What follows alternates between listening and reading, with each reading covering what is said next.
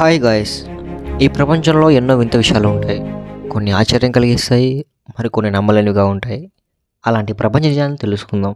Welcome to our channel natural tech facts.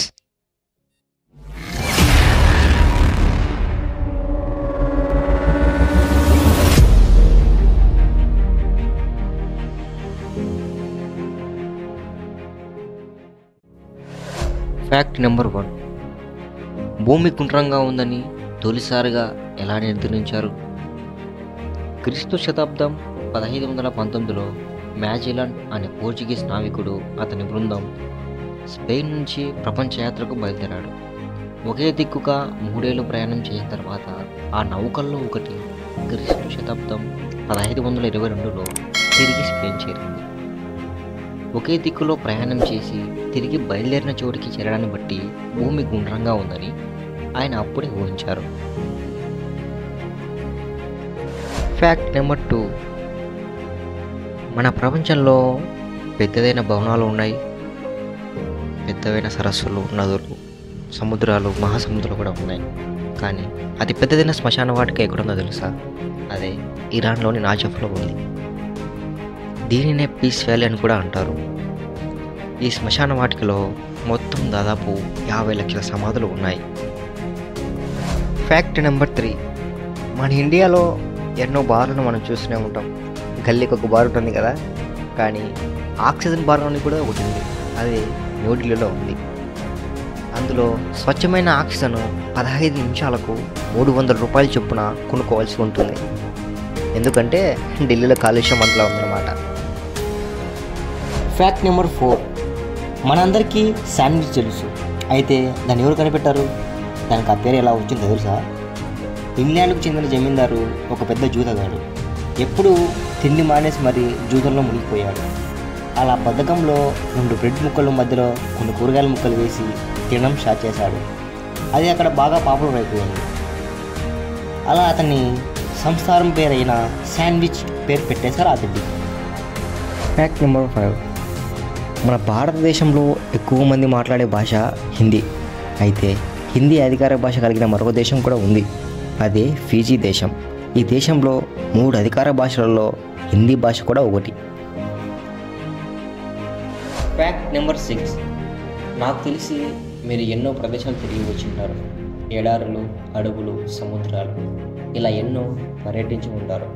కానీ నేను చెప్పబోయే ఈ దీవికి వెళ్తే మాత్రం తిరిగి వస్తారని హామీ ఇవ్వలేను. ఎందుకంటే ఈ దీవి నిండా పాములే. మిగిలిన ఏ జంతువులు కూడా పెద్దగా కనపడవు. ఈ దీవి పేరు క్యూయా మాడా గ్రాన్వే. దీన్నే పాముల ద్వీపం కూడా పిలుస్తారు. ఇది బ్రెజిల్ దేశ తీరంలో ఉంటుంది. ఇక్కడున్న పాములలో అతి విషపూరితమైన పాము గోల్డెన్ యాండ్స్. ఈ పాములు ఎక్కువ ఇక్కడ కనిపిస్తాయి. ఈ ఐలాండ్లో సుమారు 50,000కు పైన పాములు ఉంటాయి. మీరు ఈ ఐలాండ్లో అడుగు పెడితే బతికి బయట పడగలరేమో కామెంట్లు చెప్పండి. Fact number 7. నల్లమల్ల అడవులు.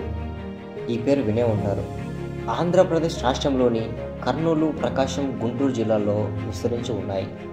ఈ అడవి మధ్య భాగంలో రైలు మార్గం కూడా ఉంది. రైలు ప్రయాణం చేసేవారు ఈ అడవిని చూడవచ్చు. ఈ అడవి ప్రాంతం ఎక్కడ చూసినా కొండలు, లోయలు, ఎత్తైన చెట్లు ఉంటాయి. ఈ అడవిలో పుళ్ళు తిరుగుతూ ఉంటాయి. నల్లమల్ల అడవుల్లో వజ్రాలు మరియు పురాతన సంపద చాలా వరకు దాగి ఉన్నాయనే ప్రచారం ప్రాచుర్యంలో ఉంది. భయంకరమైన విషయం ఏమిటంటే చాలామంది మూఢనమ్మకాలను నమ్మేవారు గుప్త నిధుల కోసం ఈ అడవుల్లో నడవలి చేస్తూ ఉంటారు. మనుషులను నడవలి చేసిన ప్రదేశాల్లో ఆనవాళ్లు చాలా వరకు కనిపించాయి. ఈ అడవుల్లో అన్వేషణ చేసి యురేనియం ఉన్నట్లు అధికారులు కనుగొన్నారు. దీన్ని వెలికి తీయడానికి ప్రయత్నాలు జరుగుతున్నాయి. దీనివల్ల అక్కడ జంతు జీవజాతులకు చాలా నష్టం జరిగే ప్రమాదం ఉంది. Fact number 8. ఇంతవరకు సముద్రంలో తీసిన ఆక్వామ్యాన్ చూసి ఉంటారు, గాల్లో తీసిన స్కై హై కూడా చూసి ఉంటారు. కానీ ఇవి ఏవి సముద్రంలో కానీ గాల్లో కానీ ఎగిరి తీయలేదు. ఇవి కేవలం గ్రాఫిక్స్ మాత్రమే. ఇంకా స్పేస్ని సంబంధించిన ఇంటర్స్టెల్లార్, మూన్, ఇవి కూడా గ్రాఫిక్స్ తీసినవే.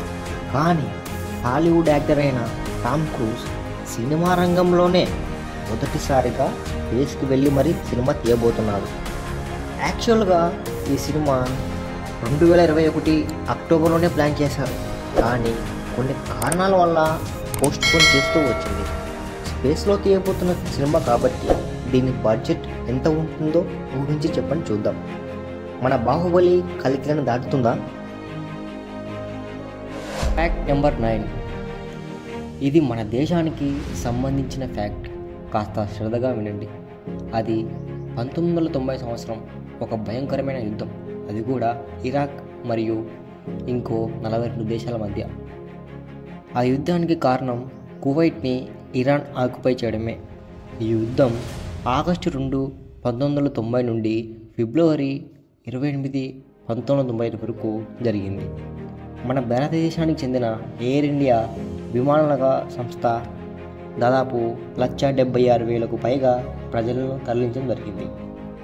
కువైట్పై ఇరాక్ దండయాత్ర తర్వాత కువైట్ నుండి ఇండియా ఆగస్టు 13, 1990 నుండి అక్టోబర్ 20, 1990 వరకు తరలించడం జరిగింది.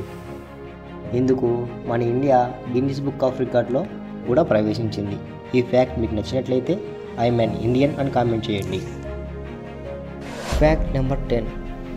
ఈరోజు ఈ వీడియోలో last and the most interesting fact ఏంటంటే, world most brand Apple company logo సగం కొరికినట్టుగా ఉంటుంది. ఎందుకు? దీనిపై వివిధ కథలు ఉన్నప్పటికీ ఒక ఇంటర్వ్యూలో ఈ లోగోను క్రియేట్ చేసిన జానఫ్ మాట్లాడుతూ, యాపిల్ పండు పూర్తిగా ఉంటే కొద్దిగా చెర్రీ పండును పోలినట్టు ఉంటుంది కాబట్టి దాంతో అందరూ కన్ఫ్యూజ్ అయ్యే ఛాన్స్ ఉంది, అందుకే సగం కొరికిన యాపిల్ పండును డిజైన్ చేసినాను అని చెప్పారు. సో దాట్స్ ఇట్ గాయ్స్, ఈ రోజుకి ఇంతే. మీకు ఈ వీడియోలో చెప్పిన ఫ్యాక్ట్స్ ఏమైనా నచ్చితే లైక్ చేయండి. ఇంకా మీరు దేని గురించైనా తెలుసుకోవాలంటే కామెంట్ రూపంలో తెలియచేయండి. మేము మీకోసం వీడియో చేయడానికి ప్రయత్నిస్తాం. Thanks for watching. నెక్స్ట్ వీడియోలో కలుద్దాం. చూడండి, తెలుసుకోండి, తెలియజేయండి. Bye, signing of.